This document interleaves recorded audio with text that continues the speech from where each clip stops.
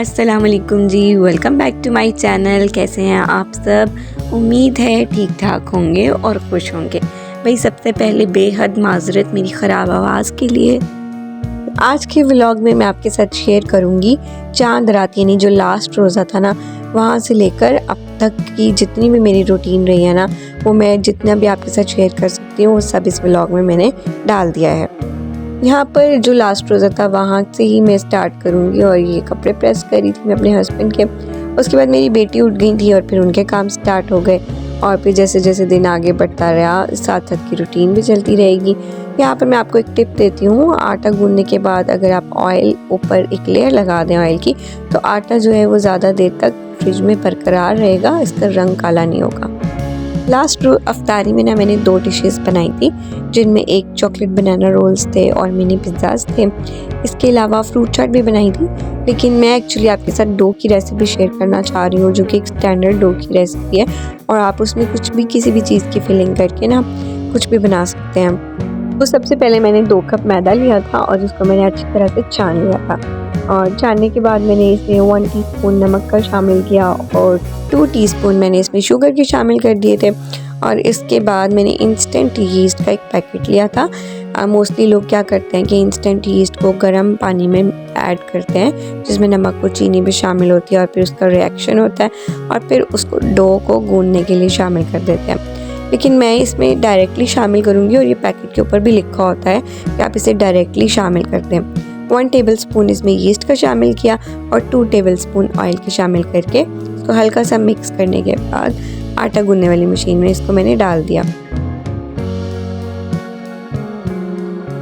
नीम गर्म पानी के साथ आपने इसको गूंदना है और अगर आप चाहें तो इसे हाथ से भी गूंद सकते हैं। और मैंने इसे सिर्फ तब तक ही चलाया था मशीन को जब तक इस डो ने बर्तन को छोड़ नहीं दिया था।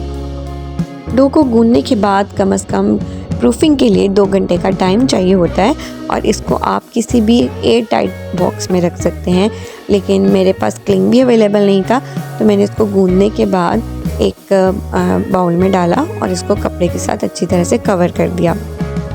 खाने में आज मुझे वेजिटेबल राइस बनाने थे और इसके साथ मैंने फ़िश को फ्राई करना था। फ़िश तो ऑलरेडी मैरिनेट करके मैंने फ्रीज़र में रखी हुई थी, लेकिन वेजिटेबल राइस मुझे बनाने थे। तो जितनी देर में डो प्रूफिंग के लिए रखी थी ना, उतनी देर में मैंने सारी वेजिटेबल्स को रेडी कर लिया।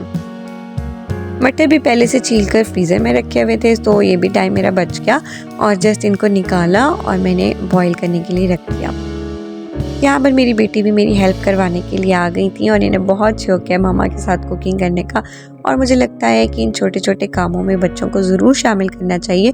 इसमें इस तरह से इनमें कॉन्फिडेंस भी आता है और इंडिपेंडेंस भी आती है।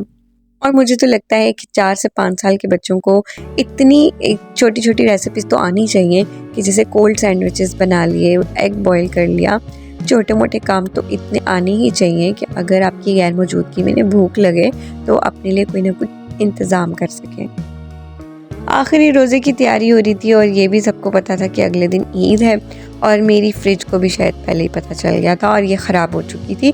अब हो ये रहा था, पीछे मैकेनिक इसको सही कर रहे थे और आगे मैं कुकिंग कर रही थी। लेकिन शुक्र है अल्लाह का, सब कुछ टाइम पे मैंने रेडी कर लिया था और फ्रिज भी ठीक हो गई थी।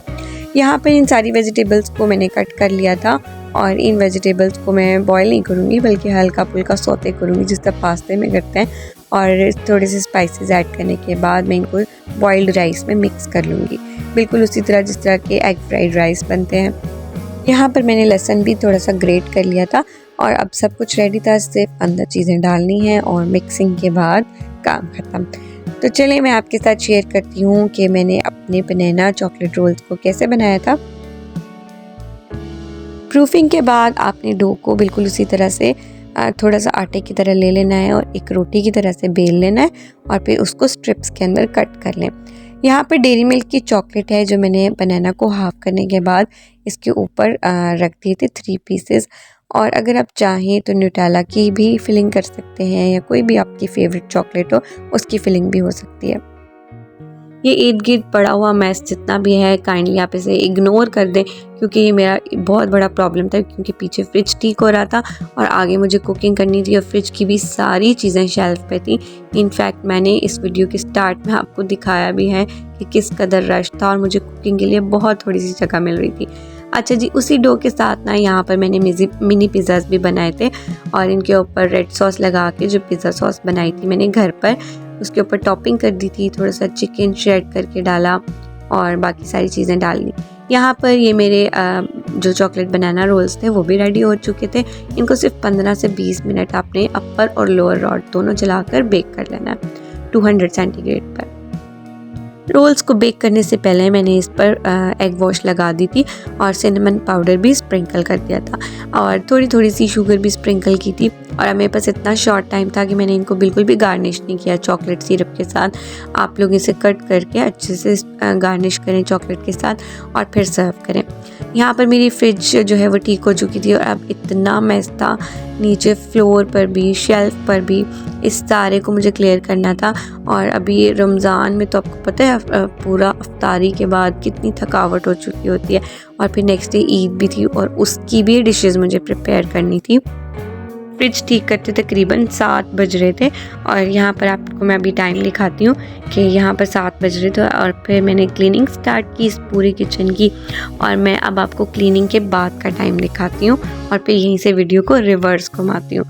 हाँ जी, यहाँ पे मैंने क्लीनिंग कर ली है और अब आप ये देख सकते हैं मेरे ख्याल से मुझे लग गए थे 40 मिनट्स तो लग गए थे पूरी इसकी क्लीनिंग करने में। अभी कुछ चीज़ें फ्रिज में रखना बाकी थी लेकिन मैंने सोचा जल्दी से मैं क्लिप जो है वो रिकॉर्ड कर लेती हूँ। अब मुझे अपनी चूड़ियाँ भी लेने जाना था लेकिन थकावट बहुत ज़्यादा हो चुकी थी, तो थकावट के बाद मैंने अब सोचा ईद की जो मैंने डिशेस ज़्यादा बनानी थी उनको भी कम करती हूँ। सिर्फ मैंने 2 डिशेस को डिसाइड कर लिया जिसमें एक ट्राइफल थी और एक स्पैगेटी थी। ट्राइफल तो मैंने बना के स्टार्ट कर दी क्योंकि उसे ठंडा होना था और फिर लेयर्स लगनी थी। उतनी देर में मेरी कॉम्प्लीमेंट्री चाय आ गई जो मेरे हस्बैंड बाहर से लेकर आए थे और ये जो चाय है ना इसको पी के मैं एकदम फ्रेश हो गई। और यहाँ पर मैंने साथ साथ मास्टर शेफ़ देखना शुरू किया हुआ था। फिर हम लोग चांद रात को बाहर गए जिसमें मुझे चूड़ियाँ लेनी थी और कुछ सामान ग्रॉसरी वगैरह करनी थी, उसके लिए हम लोग बाहर आ गए थे। यहाँ पर बहुत खूबसूरत चूड़ियाँ थी और ये ब्रांड विलेज में स्टॉल्स लगे हुए थे और स्टॉल्स की प्राइसेस इतनी ज़्यादा थी, थोड़ी चूड़ियाँ भी 1500 की रेंज में जा रही थी।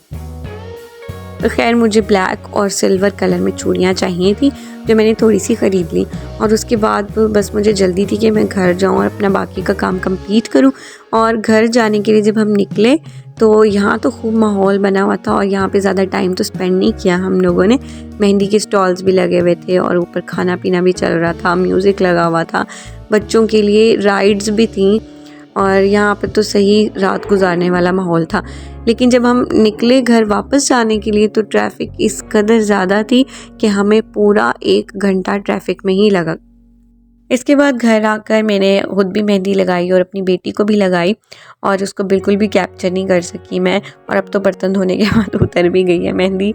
खैर यहाँ पर हमने जो खाने का इंतज़ाम किया था ईद वाले दिन, ये उसकी थोड़ी सी क्लिप्स हैं। ईद की भागदौड़ में ट्राइफल की फ़ोटेज लेना भी मेरे से मिस हो गया, उसकी भी फ़ोटो नहीं आ सकी।